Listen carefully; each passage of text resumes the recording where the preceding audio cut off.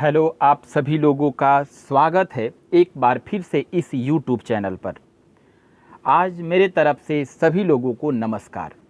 आज हम बात करने वाले हैं हर दिन के जैसा ही द हिंदू एडिटोरियल के बारे में। ये आपका जो एडिटोरियल है ये 21 जुलाई का एडिटोरियल है।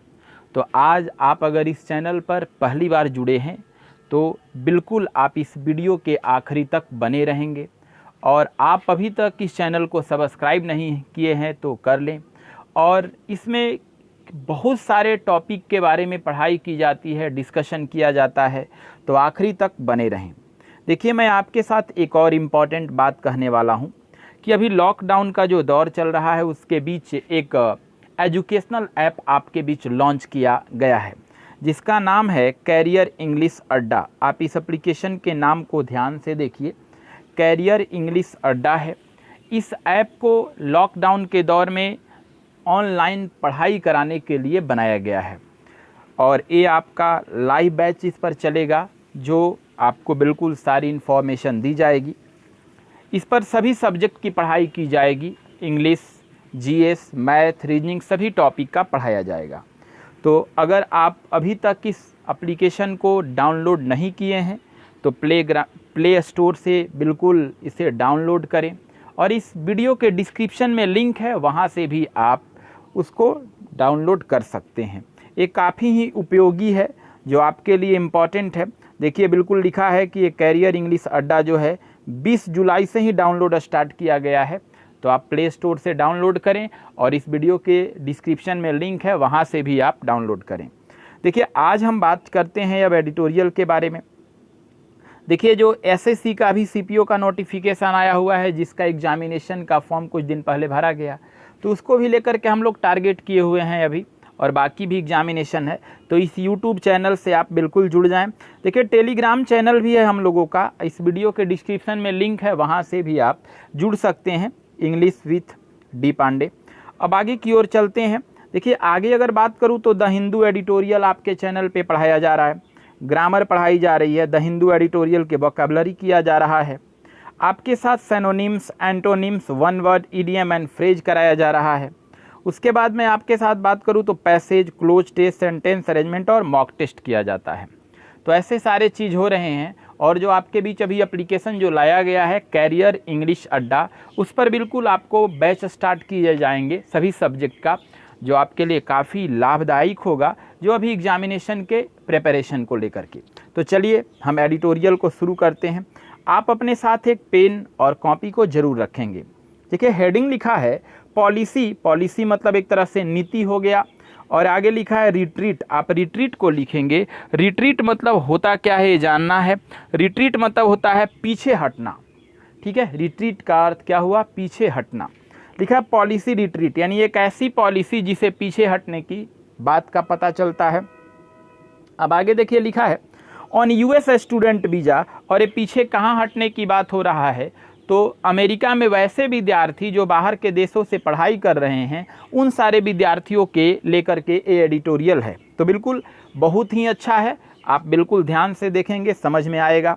देखिए, लिखा है ट्रम्प। ट्रम्प मतलब वहाँ के प्रेसिडेंट के बारे में बात हुआ है। तो लिखा है ट्रम्प मस्ट। देखिए, सबसे पहले मैं आपके साथ बात करूं तो हम 3 चीज़ों पर स्पष्ट तौर पे बात करेंगे। पहला हम लोग बात करेंगे ग्रामर, दूसरा हम बात करेंगे वोकैबुलरी, और तीसरा हम लोग कॉम्प्रिहेंशन पे बात करेंगे। तो आप आइए पहले वोकैबुलरी सेक्शन को देखिए। लिखा है ट्रम्प मस्ट डिलीवर ऑन। देखिए, डिलीवर ऑन होता है, डिलीवर ऑन मतलब होता है सौंपना या प्रदान करना। ठीक है, जॉब्स मतलब तो नौकरी होता है, रोजगार।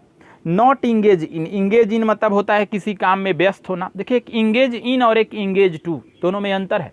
इंगेज इन मतलब होता है किसी काम में व्यस्त होना, आप लिख लेंगे, और इंगेज टू हो जाए तो इसका मतलब होता है किसी से सगाई रचाना, किसी से सगाई होना। क्लियर? तो लिखा है कि ट्रम्प जो है must deliver on job, not engage in rhetoric. Rhetoric बहुत अच्छा वर्ड है, आप लिख सकते हैं। इसका मतलब वाक्पटुता होता है, आलोचना होता है, कटुबाजी होता है। ठीक है, on visa to stay in office. अब इस पूरा का अर्थ मैं बता देता हूँ। कह रहा है कि ट्रम्प की जो सरकार है, मतलब जो हमारे अमेरिका के जो राष्ट्रपति हैं, मस्ट डिलीवर ऑन जॉब, उन्हें अवश्य तौर पे रोजगार प्रदान करनी चाहिए, यहाँ पे ट्रम्प सब्जेक्ट है, मस्ट आपका एक्जुलरी वर्ब है, डिलीवर आपका V1 हो गया, जॉब्स ऑब्जेक्ट हो गया। तो अमेरिका के जो राष्ट्रपति हैं उनको अवश्य ही नौकरी देनी चाहिए, नॉट इंगेज इन रेटोरिक, ना कि उनको वाक्पटुता में व्यस्तता दिखाना चाहिए, इंगेज रहना चाहिए, ठीक है, वीजा जैसे मामला को लेकर के, टू स्टे इन ऑफिस, अपने कार्यालय में बैठे बैठे। मतलब ये कहने का मतलब ये हुआ कि राष्ट्रपति को ये नहीं करना चाहिए कि बस वीज़ा के मामला को लेकर के किसी तरह का आलोचना या कटुपति बातों कहें, बल्कि रोजगार पर विशेष ध्यान देना चाहिए कि कैसे लोगों को रोजगार दिया जाए। तो इस स्लाइड में कुछ ज़्यादा नहीं था, चलिए अब अगले स्लाइड की ओर।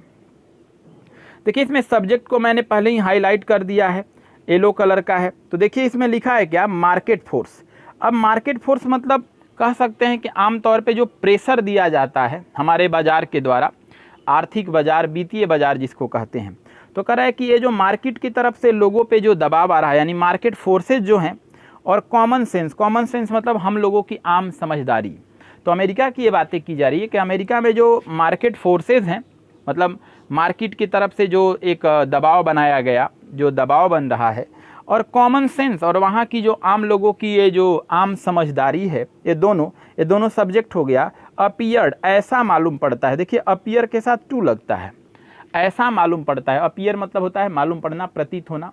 ऐसा मालूम पड़ता है टू टर्मिप। देखिए टर्मिप का मतलब होता है जीत जाना, ठीक है, जीत हासिल करना। आप जरूर मीनिंग को लिखते चलेंगे, ठीक है। इसका अर्थ होता है विन हो जाता है, विनर जिसको कहते हैं आप। तो कह रहा है कि जो मार्केट के फोर्सेज हैं, यानी मार्केट की तरफ से जो दबाव बन रहे हैं, और जो आम समझदारी है, आम लोगों की जो सोच है, ये दोनों चीज़ों से ये प्रतीत होता है टू टर्मिप, कि जीत हासिल हो चुका है, जीत मिल गई है। ओवर मतलब होता है किसी चीज़ के ऊपर, ठीक है। ओवर के तो बहुत सारे फंक्शन हैं, बट यहाँ होगा कि किसी चीज़ के ऊपर जो है ना, ये दोनों चीज़ इस बात का प्रतीत करता है कि जीत हासिल हो चुका है। किस चीज़ पर, तो आगे लिखा है नैरो माइंडेड। आप नैरो माइंडेड बहुत अच्छा वर्ड लिख सकते हैं, इसको कहते हैं संकीर्णता कहा जाता है। नैरो माइंडेड मतलब संकीर्णता। तो कह रहा है कि ये जो मार्केट फोर्सेज हैं और आम लोगों की जो समझदारी है, ये दोनों से ऐसा प्रतीत होता है कि अब जीत हासिल हो चुका है संकीर्णता को लेकर के, संकीर्ण विचारधारा को लेकर के। इकोनॉमिक प्रोटेक्शनिज्म, ठीक है, यानी अर्थव्यवस्था के संरक्षणवाद को लेकर। इकोनॉमिक मतलब आर्थिक तौर पे, और प्रोटेक्ट से बना है, प्रोटेक्शनिज्म मतलब संरक्षणवाद। प्रोटेक्शन है, संरक्षण कहाँ पे हो रहा है भाई, तो इन द यूएस के साथ आपको पता होगा कि द लगता है। जैसे जो भी वर्ड यूनाइटेड से स्टार्ट होता है उसमें डेफिनिट आर्टिकल होता है। आगे लिखा है ऑन स्टूडेंट वीज़ा, और ये जो एक तरह से मतलब जो बात कही जा रही है वो विद्यार्थी के वीज़ा को लेकर के कहा जा रहा है, जो भारत के बाहर के लोग हैं। तो एक बार फिर से इसे देखिए, कह रहा है कि जो अमेरिका की जो मार्केट के तरफ से दबाव है और वहाँ की जो आम लोगों की सोच है, ऐसा प्रतीत होता है, ऐसा मालूम पड़ता है कि वो जो दोनों जो चीज़ हैं वो जीत हासिल कर लिया है। नैरो माइंडेड को लेकर के जो संकीर्ण विचारधारा है उसके ऊपर जीत हासिल कर लिया है, जो अर्थव्यवस्था के संरक्षणवाद के बारे में कहा गया। और अमेरिका में बात हो रही है विद्यार्थियों के वीज़ा से संबंधित। इसमें तो आपका क्लियर हो गया, ये स्लाइड छोटा था, इसमें कुछ नहीं है, आपको समझ में आ गया होगा कि ये मार्केट फोर्सेज से कॉमन सेंस सब्जेक्ट है, अपीयर्ड मेन वर्ब है, और अपीयर के बाद हमेशा टू प्लस V1 होता है, तो टू टर्मिफ आपका V1 का काम कर रहा है। अब यहाँ पे आप देखे होंगे नैरो माइंडेड, आप देख रहे हैं ना ये नैरो माइंडेड। देखिए पार्ट्स ऑफ स्पीच को समझिए। नैरो माइंडेड इसको हम लोग पास्ट पार्टिसिपल कहते हैं, एडजेक्टिव हो गया। इकोनॉमिक भी यहाँ एडजेक्टिव हो गया, और प्रोटेक्शनिज्म जो देख रहे हैं प्रोटेक्ट से बना है, ये नाउन हो गया। इन द यूएस, ये भी आप समझ रहे हैं। चलिए अब आगे बढ़ते हैं। लिखा है कि प्रेसिडेंट ट्रंप एडमिनिस्ट्रेशन। देखिए प्रेसिडेंट ट्रंप एडमिनिस्ट्रेशन मतलब होता है वहाँ का प्रशासन। कह रहा है कि प्रेसिडेंट जो ट्रंप है उनकी जो प्रशासनिक व्यवस्था है ये सब्जेक्ट हो गया। ऐसे इसमें सब्जेक्ट एडमिनिस्ट्रेशन है, लेकिन मिस्टर ट्रंप जो है ना पॉजिटिव एडजेक्टिव है, तो कह सकते हैं कि ट्रंप साहब की जो वहाँ की प्रशासनिक व्यवस्था है, हैड टू वॉक बैक। देखिए हैड टू वॉक का बैक मतलब हुआ, बैक मतलब तो पीछे होना होता है, वॉक बैक मतलब आप लिख सकते हैं, वॉक बैक मतलब होता है पीछे हट जाना। और हैड जब लग गया ना, जैसे कभी जैसे मैं बोलूँ कि मुझे पीछे हट जाना पड़ा, ठीक है, तो आई हैड टू बैक, ठीक है, मुझे पीछे हट जाना चाहिए था। तो तो इस तरह में आप जो है ना हैड के बाद 2+V1 लगाते हैं। तो कह रहा है कि अमेरिका के राष्ट्रपति का जो प्रशासनिक व्यवस्था था हैड टू वॉक बैक, उन्हें पीछे हटना पड़ा, उनको पीछे हटना पड़ा था। ये पास्ट इंडेफिनिट है, हैड यहाँ भी टू का काम किया है। रिसेंट यहाँ एडजेक्टिव है जो तत्काल में ही, इमीडिएट देखिए यहाँ पे लिखा है, सॉरी तत्काल में ही, इमाइग्रेशन, इमीडिएट नहीं इमाइग्रेशन, एमाइग्रेंट देखिए इसे इमाइग्रेट वर्ड से बना, इमाइग्रेशन उसको कहते हैं जो अमेरिका के बाहर के लोग हैं और अमेरिका में जाके पढ़ाई कर रहे हैं। तो मतलब कह रहा है कि अमेरिका की जो प्रशासनिक व्यवस्था थी उन्हें वापस होना पड़ा था या पीछे हटना पड़ा था वर्तमान के मतलब तत्काल के, रिसेंट मतलब तत्काल के, जो एक लाया गया था अप्रवासी पॉलिसी, ठीक है, डिकेट जो फरमान था, डिकेट आप लिख सकते हैं DIKTAT, इसका मतलब होता है आदेश या फरमान। यानी अमेरिकी सरकार ने जो फरमान जारी किया था उस फरमान को अमेरिकी के प्रशासनिक व्यवस्था को मजबूरन पीछे हटना पड़ा था, उसे वापस लेना पड़ा था, ठीक है। जो उनका हाल ही का एक अप्रवासी नीति आदेश लाया गया था उसको अमेरिकी सरकार ने पीछे हटा लिया था, वो मजबूरन हटाया था, उसे मन से नहीं, शौक नहीं था, बल्कि उसे किसी प्रेशर से हुआ था। अब आगे देखिए, इसको लिखा है दैट, इस बात को हुआ था, इट आया, देखिए इट प्रशासन के लिए आया है, ठीक है। अब लिखा है प्रशासन क्या कहा कि it would know longer issue, इसका मतलब हुआ कि अब तक जो काम हुआ ठीक था, मतलब अमेरिका में बाहरी विद्यार्थियों का अब तक जो इशू हुआ वीज़ा वो सही था, लेकिन यहाँ से बोला it would know longer issue, कि अब जो है बाद के अधिक समय के लिए, जैसे अभी 2020 है, जुलाई चल रहे हैं, तो अब आगे आने वाले 2020 के सेशन का या बाकी वर्षों में अमेरिकी की सरकार जो है अब जारी नहीं करेगी, नो लॉन्गर इशू, ज़्यादा समय के लिए जारी नहीं करेगी वीज़ाज, मतलब बहुत सारे विद्यार्थियों के वीज़ा को टू यूनिवर्सिटी स्टूडेंट, ठीक है, और वैसे लोगों को वीज़ा जारी नहीं करेगी जो किसी विश्वविद्यालय में विद्यार्थी हैं, इन प्रोग्राम्स और जो पढ़ाई कर रहे हैं, इन्वॉल्विंग और जो शामिल हैं, इन्वॉल्व मतलब शामिल होना, असबस्टेंशियल ऑनलाइन कंपोनेंट, सबस्टेंशियल आप लिख सकते हैं महत्वपूर्ण तौर पर, वैसे विद्यार्थी जो अमेरिका के किसी यूनिवर्सिटी में पढ़ाई करते हैं और वैसे विद्यार्थी जो महत्वपूर्ण तौर पे एक ऑनलाइन का कंपोनेंट है, कंपोनेंट मतलब हिस्सा होना। समझ में आ रहा है? देखिए एक बार फिर से मैं समझाता हूँ, पीछे से कह रहे अमेरिकी की प्रशासन जो है पीछे हटा लिया था वर्तमान में अप्रवासी नीति के आदेश को, ठीक है। उसका एक कहना था कि अब ज़्यादा समय के लिए वीज़ा नहीं जारी किया जाएगा यूनिवर्सिटी में पढ़ने वाले विद्यार्थियों के प्रोग्राम के लिए जो लोग महत्वपूर्ण तौर पर ऑनलाइन का हिस्सा हैं, मतलब जो ऑनलाइन में भाग लेने वाले हैं, अब उनको कहा अमेरिकी की सरकार अब हिस्सा नहीं बनने दिया जाएगा, लेकिन इस बात से वो पीछे हट गया, अभी फ़िलहाल उसे मजबूरन हटना पड़ा। अब कह रहा है क्या यहाँ से, अब देखिए स्टार्टिंग, ठीक है, जो कि एक अभी जो ऑनलाइन, अभी देखा होगा आपने कि पूरे भारत या वर्ल्ड के सभी जगहों पे ऑफलाइन क्लासेज बंद हैं, तो ऑनलाइन की पढ़ाई चल रही है, जो अमेरिका में भी स्टार्टिंग होने वाला है। देखिए लिखा स्टार्टिंग होने वाला है इन द फॉल 2020 सेमेस्टर, यानी कह सकते हैं फॉल मतलब क्या होता है, एक कैसे कह सकते हैं आप, पतझड़, पतझड़ का जो सीजन है, ये फॉल यहाँ पे सीजन की बात कहा है कि जो पतझड़ का सीजन होता है, मतलब आने वाले समय में जो 2020 में अमेरिका में जो पढ़ाई की सेमेस्टर स्टार्ट होगी और जिसमें ऑनलाइन कंपोनेंट में जो विद्यार्थी हिस्सा बनने वाले थे उनको जो सरकार थी उनको इसमें बैन कर रही थी कि अब हम लोग यहाँ नहीं आने देंगे। क्लियर? अब आगे बढ़ते हैं। अब यहाँ से एक नया सेंटेंस है, देखिए हैड जब आ जाता है ना तो आप पास्ट परफेक्ट पढ़े होंगे, तो पास्ट परफेक्ट का कंडीशनल है, यहाँ हैड का मतलब समझिए यदि, तो आपको लग रहा होगा कि हैड शुरू में आ गया तब तो इंट्रोगेटिव होना चाहिए था, तो इंट्रोगेटिव नहीं है, लिखा है हैड, यदि यहाँ हुआ, हैड का मतलब हुआ यदि, ये पास्ट परफेक्ट है और पास्ट परफेक्ट होता है तो V3 आता है, समझ में आ रहा होगा आप।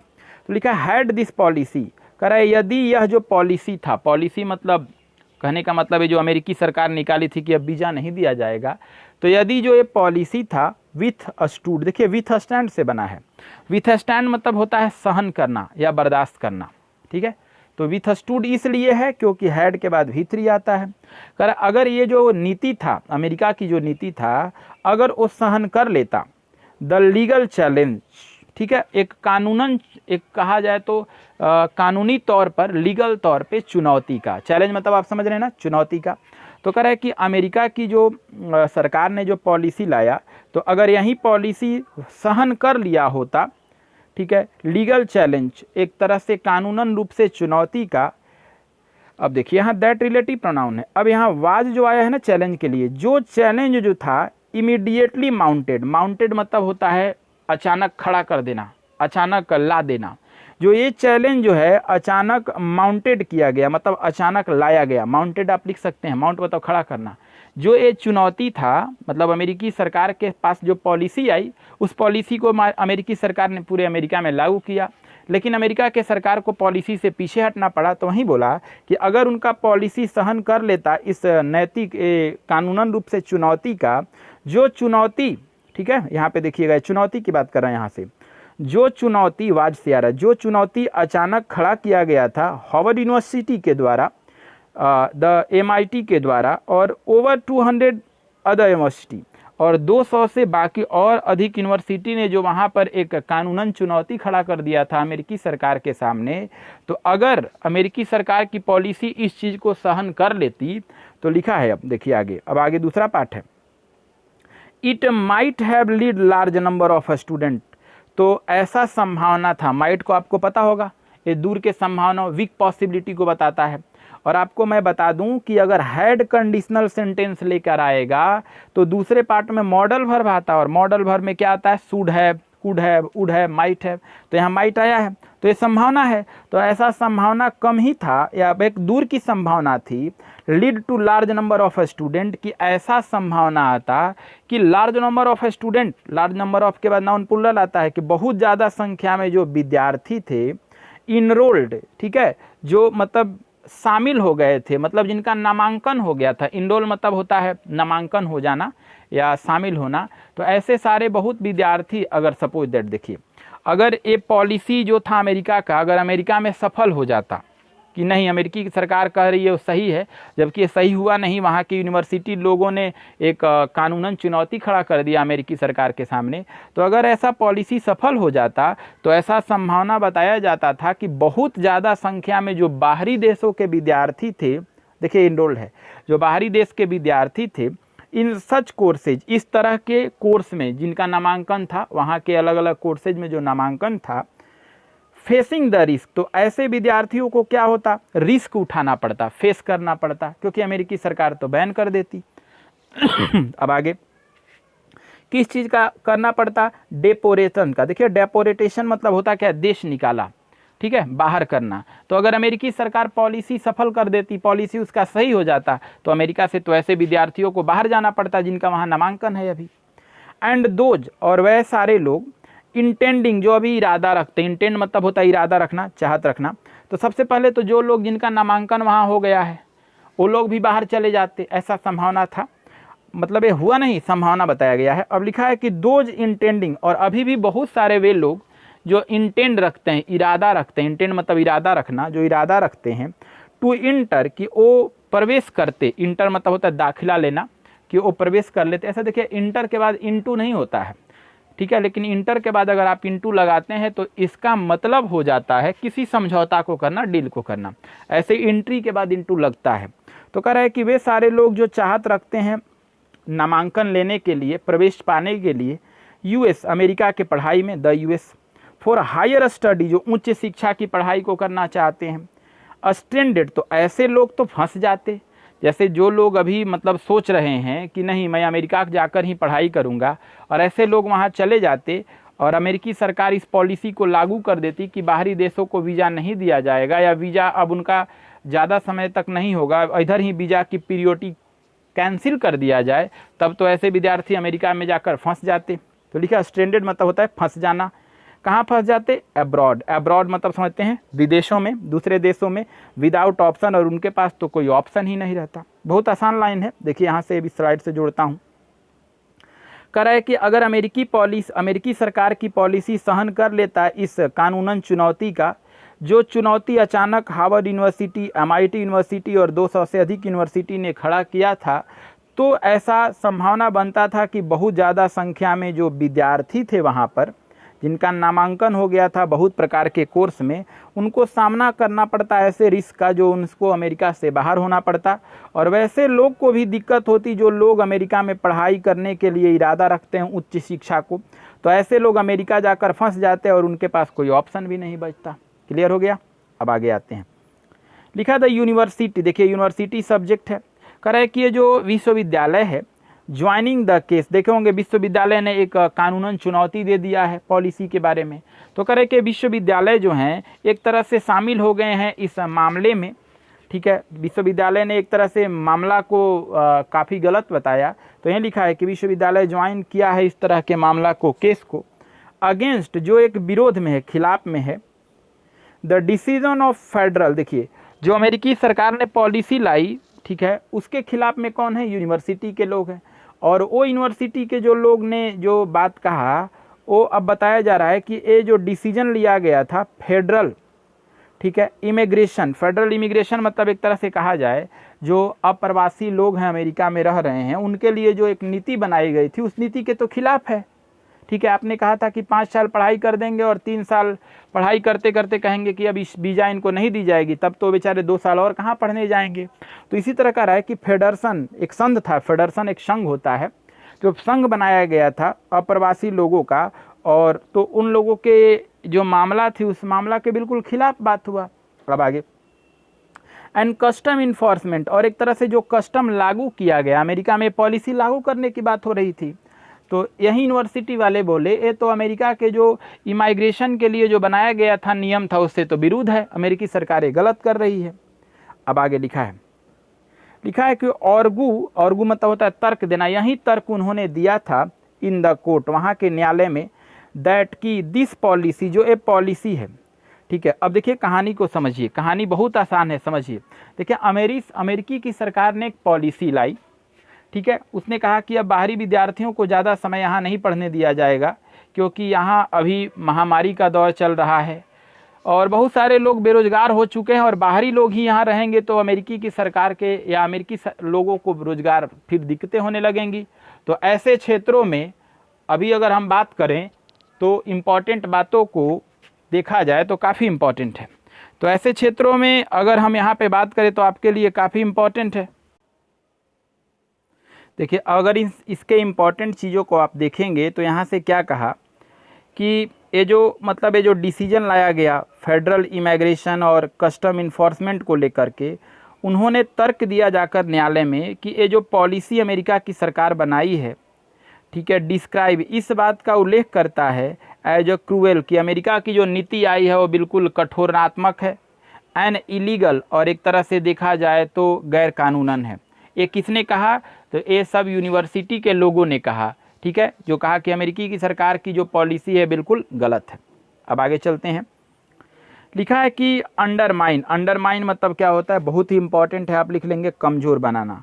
लिखा है कि अंडरमाइन देयर एफर्ट्स, ठीक है, जो यही चीज़ है जो उनके प्रयासों को कमज़ोर बना दिया। To create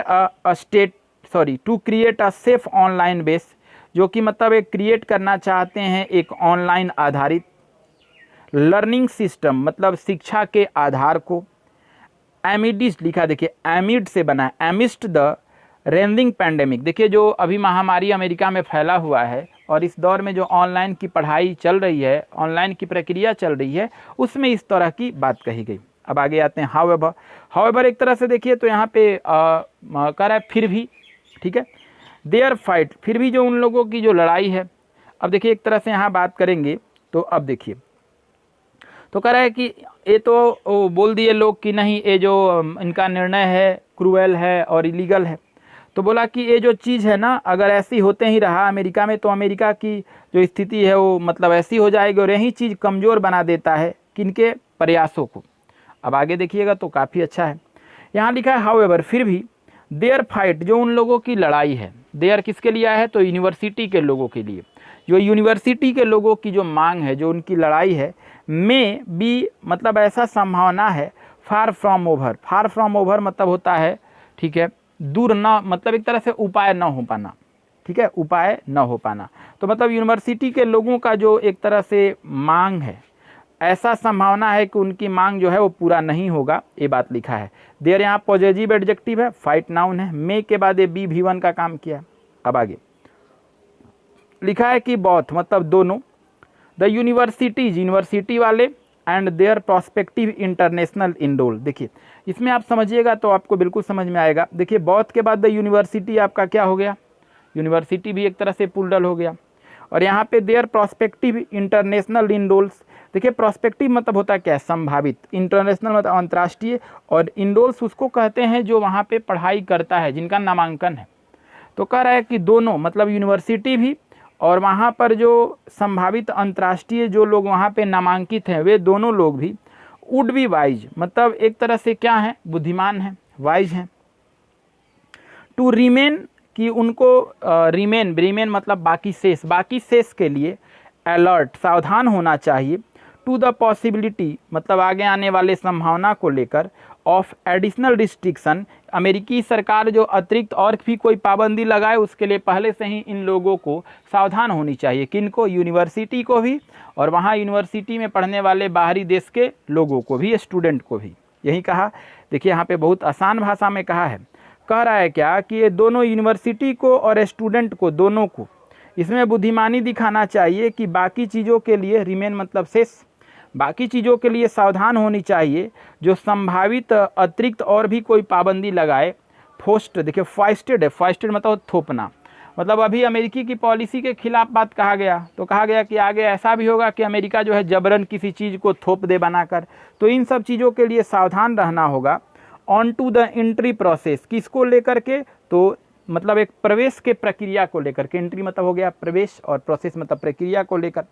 at a future date, कि आपको लगता है कि 2021 में आपका एडमिशन अमेरिका में होना चाहिए, तो आप इस पर थोड़ा सा सावधान ही रहेंगे कि अमेरिका ऐसा कोई नीति न बना दे जो आने वाले समय के लिए आपके तकलीफ का विषय बन जाए। अब आगे, अब लिखा है ऑलरेडी, पहले ही, ऑलरेडी मतलब पहले ही एडवर्ब है। द एडमिनिस्ट्रेशन मतलब जो वहाँ अमेरिका का प्रशासन है, हैज क्लियर, देखिए एडमिनिस्ट्रेशन सब्जेक्ट हो गया, has actually verb, clear main verb, पहले ही अमेरिका का जो प्रशासन है इस बात का स्पष्ट कर दिया है दैट की न्यूली, जो नए हैं, देखिए न्यूली यहाँ एडवर्ब हो गया, न्यू से बना है, कह रहा है कि जो वहाँ नए नए इनरोलिंग मतलब जो नामांकन हो रहा है, इंटरनेशनल स्टूडेंट अंतर्राष्ट्रीय विद्यार्थियों का, मतलब अमेरिका के बाहर के विद्यार्थी जो अभी नए नए वहाँ नामांकन ले रहे हैं। देखिए इनरोलिंग यहाँ पे आप समझेंगे तो प्रेजेंट पार्टिसिपल है, इंटरनेशनल भी एडजेक्टिव है, स्टूडेंट नाउन, देखिए स्टूडेंट्स यहाँ आपका नाउन हो गया, ठीक है, नाउन के पहले इंटरनेशनल एडजेक्टिव हो गया, इंटरनेशनल के पहले इनरोलिंग भी एडजेक्टिव हो गया और न्यूली एडवर्ब हो गया। तो देखिए कह रहा है कि वहाँ का प्रशासन पहले ही ये कहा था कि जो नए नए लोग अमेरिका में अपना नामांकन करा रहे हैं, ठीक है, पॉसिबली अप टू 2 लाख, लगभग जो संभावना बनता है कि 2 लाख हो,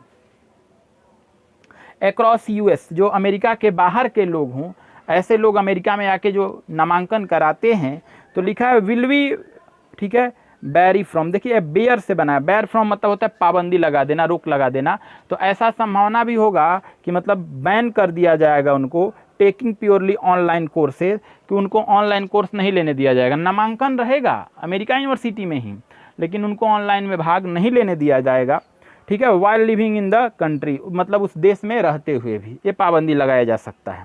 क्लियर, तो आप बिल्कुल समझ गए होंगे। अब आइए, एट अब तक द बैटल, जो ये बीच में विचारधारा को लेकर जो लड़ाई है दोनों को, अमेरिकी सरकार और वहाँ के यूनिवर्सिटी और विद्यार्थियों का, ठीक है, विल कंटिन्यू, लगातार उम्मीद है कि जारी भी रहेगा, विल आया है फ्यूचरिटी को बता रहा है, फ्रॉम द अदर साइड, और दूसरे पक्ष से भी ये लगातार जारी रहेगा, टू द जज इन, और ये मामला कहाँ तक, न्यायिक तौर पे देखा जाए तो, और लिखा है इन द लीगल, लीगल मतलब कानूनन रूप से एक तरह से मामला है, ब्राउट बाय द यूनिवर्सिटी, जो विश्वविद्यालय के तरफ से बात को रखा भी गया है, ठीक है, in keeping the case open, और विश्वविद्यालय ने कहा है कि इस बात विचार को ध्यान में रखते हुए मामला को देखा जाए, और इम्प्लाइंग, और यही चीज़ जो है इशारा करते हैं, इम्प्लाई मतलब होता है संकेत करना, ये संकेत करता है कि आर्गूमेंट्स, ये जो आर्गूमेंट्स हैं, आर्गूमेंट सब्जेक्ट हो गया, could be made against additional restriction. अब देखिए, अब यहाँ आर्गूमेंट सब्जेक्ट कर रहा है कि ये जो आर्गूमेंट है कुड बी मेड,